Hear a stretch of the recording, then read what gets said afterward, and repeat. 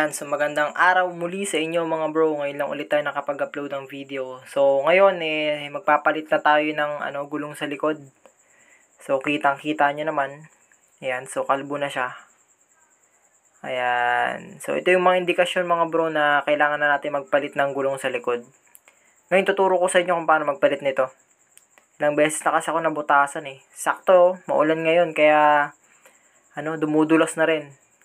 So, ito yung una nating babaklasin, no? Gamit lang kayo ng 17 dyan. Or dun sa kabila, 19.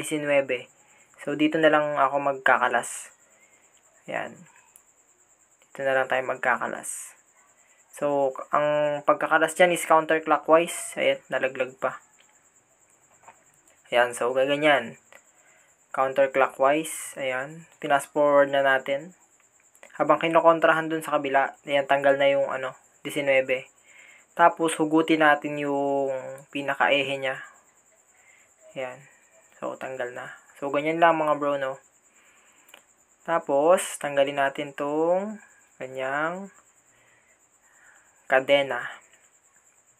Ganyan lang. Yun. Tapos, dito, yan. Baba nyo lang yung panel. Okay na yun. Tapos, ito na. Nilatag na natin. So, umuulan pa. Ito yung gagamitin ko, mga bro, mga old school, vintage na panungkit. Yan. So, dati ko pang gamit yan. Maliit pa ako dati. Ayan. So, hanggang ngayon, maliit pa naman ako. So, ganyan. Sungkitin nyo lang. So, sa umpisa mga bro, pag di kayo ganong sanay, syempre mahirap din talaga yan. Pero pagka nasanay na rin kayo, yan. So, ganyan lang. Pag kasungkit mo nung isa, wag mo munang tatanggalin, tsaka mo ilagay yung isang panungkit para mabilis. Ayan. So, dito, ganun lang. Alternate lang yung ginagawa ko. After nung isa, pasok mo yung isa, tapos hugutin mo ulit yung nauna. Ayun, salitan lang. Tapos, dito, yan. Kita nyo naman, unti-unti na nating tinatanggal. Yan. So, may mga vulcanize pa yan. Ayan na nga. Kita nyo naman. Wala nang ka-spike sa gitna. Kaya sobrang dumudulas. Nakatakot. So, sa pagtatanggal naman mga bro, ayan. Gamit lang kayo ng panungkit na ginamit kanina. Gawin nyo ganito. Ayan o. Papansin nyo. Lambot na, di ba? Lambot na yan mga bro. So, dito. Sungkitin yung ganyan. Ayan. Yun. Ilalagpas nyo sa buong katawan ng rim. Yun, ganyan. Ayan o. Kita nyo? Ngayon, i-steady kong ganyan tapos itutulak. Ganyan ang pagkalas dyan mga bro. So, wait lang at pinoposition ko pa ng maigi. Ayan, so ganyan lang oh. Oh, ingatan nyo lang baka biglang tumalsik naman sa inyo mga bro. Ayan, so ganyan lang. Ayan, pupush.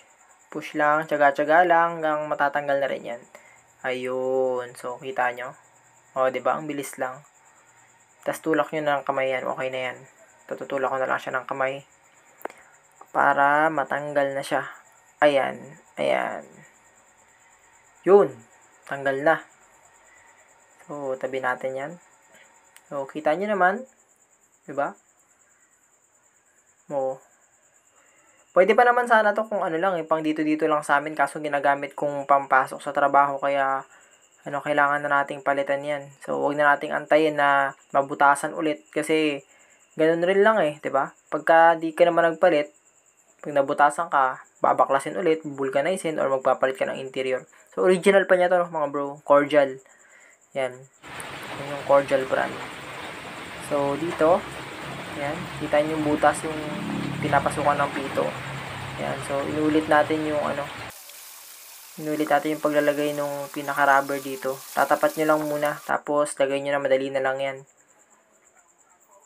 Yan, ang purpose yan mga bro is parang pagka medyo nagkalawang yung rim nyo, hindi niya bubutasin yung interior. So, kailangan nyo maglagay talaga ng ganyan. Parang protection yan. So, ito na yung ating bagong gulong mga bro. Japan quality. Yan. So, nabili ko siya sa New Star. Hindi ko maalala magkano, nasa 600 plus yata yan eh. So, KBM yung nito, tatak. Ayun o. Ay, MVP pala, sorry. MVP Star yan. Japan Technology. Ayun o.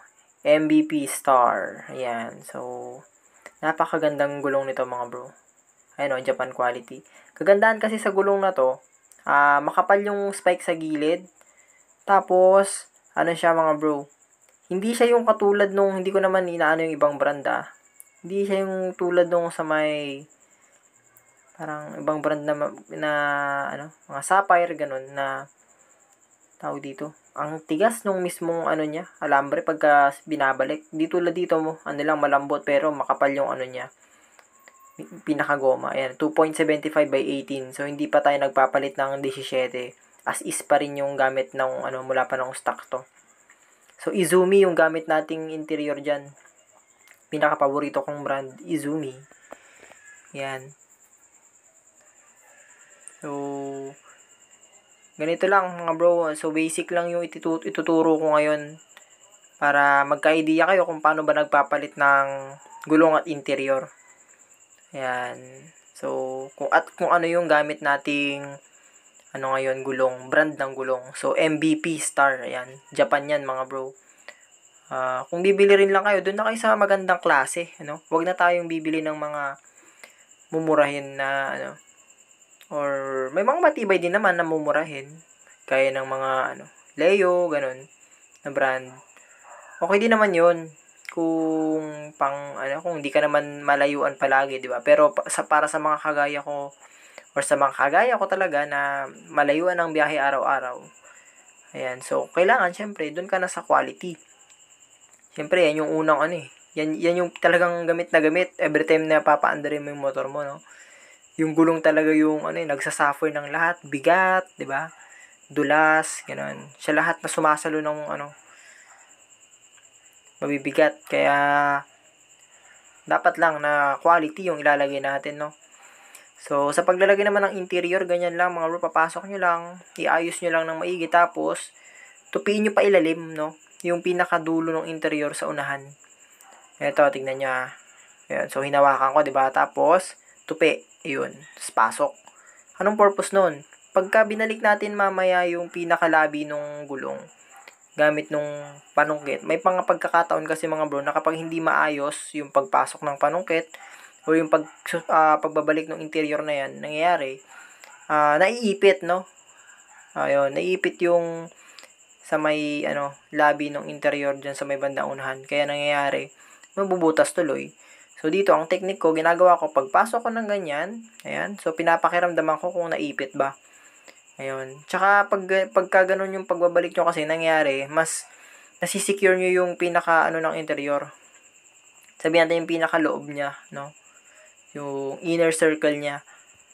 So, hindi, maiiwasan nyo siyang maipit. Ayan, so, dahan-dahan lang, ganyan-ganyan lang. Yan ang kagandahan dyan. Paa sana yung gagamitin ko, pwede ko naman siyang ibalik ng paa, kaya lang, mas minabuti ko ng ganito kasi pakita sa inyo para simple lang, di ba? So, ganyan-ganyan lang. Ayun. Isa to sa maganda sa brand na to yung MVP na to.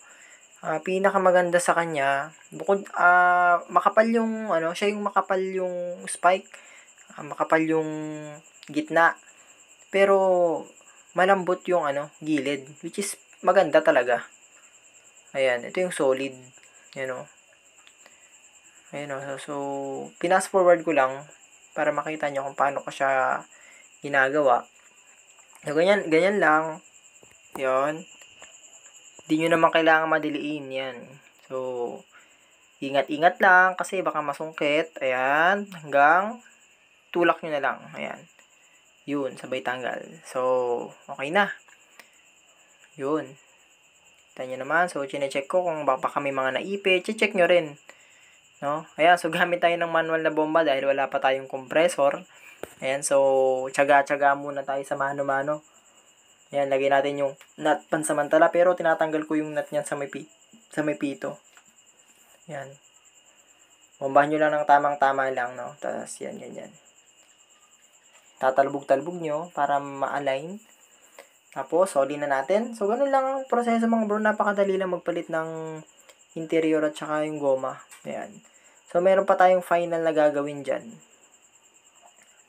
Para ma-check natin na okay na yung pagkakabalik nung interior sa rim. So, ano nga ba yung check natin dyan. So, paswalin muna natin yung kanyang yan, tinanggal ko yung pinakanat mga bro kasi pagka na-flat kayo, hindi siya mapuposte o mapuputol yung pose. Pagka kasi nakalagay yung nut na yun, possible, pag na-flat, tumatagilid, no? Tsaka napuposte. So, dito mga bro, check nyo tong yung mga linya dun sa goma, yan, kita nyo yan. Dapat yan, pantay-pantay siya mga bro, walang nakalubog or walang nakabuka. So, ikutin nyo. Yan, dyan yung malalaman kung tama yung pagkakabalik. Ayan, so far, tama naman yung pagkakabalik ko. Ayan, so, goods na yan mga bro. Yun. So, pwede na ulit pang long ride. Tsaka, hindi na madulas. Kahit maulan. Ayan, so, ayun, maraming salamat ulit sa panonood mga bro. Yun, sakto lang yung kadena natin. Hindi matigas. Yan, so adjust ko na lang ulit mamaya. Yan, so thank you mga bro. Yun lang.